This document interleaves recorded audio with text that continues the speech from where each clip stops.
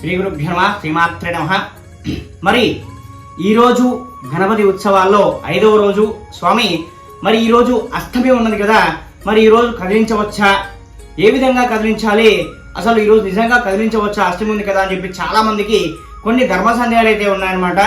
చూడండి, ఒకటి గుర్తుపెట్టుకోండి, స్వామివారైనటువంటి విగ్రహారాధన చేసిన తర్వాత మరి వినాయకుడు కావచ్చు, లేదా అమ్మవారి నవరాత్రుల్లో విగ్రహాలు కావచ్చు, లేదా ఇంకేదైనా సరే ఏ విధంగా అయితే నిమజ్జనం చేయవలసి ఉన్నదో ఆ విధంగా యథాశక్తి యథావిధంగా నిమజ్జనం అయితే చేసుకోవచ్చు అన్నమాట.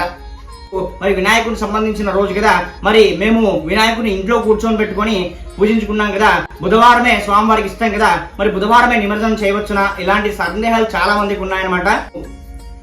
ఎవరైతే ఈ 5 రోజులకు వినాయకుడిని నిమజ్జనం చేయదలుచుకున్నారో వారు అష్టమి ఉందని చెప్పి, బుధవారం ఉందని చెప్పి ఎప్పుడు కూడా ఏమీ కూడా భయపడవద్దు, నిస్సందేహంగా నిమజ్జనం అయితే చేసుకోండి.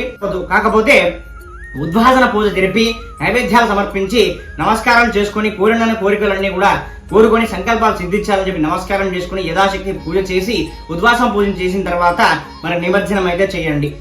కాబట్టి అష్టమి ఉంది, బుధవారం ఉందని చెప్పి ఎప్పుడు కూడా భయపడవద్దు. ఇలాంటి మరిన్ని ధర్మ సందేహాల కోసం మన ఫేస్బుక్, ఇన్స్టాగ్రామ్ అయినటువంటి శ్రీ నవదుర్గా జ్యోతిష్యాలు 9 అయితే ఫాలో చేయండి. శ్రీ గురుభ్యో నమః శ్రీమాత్రే నమః.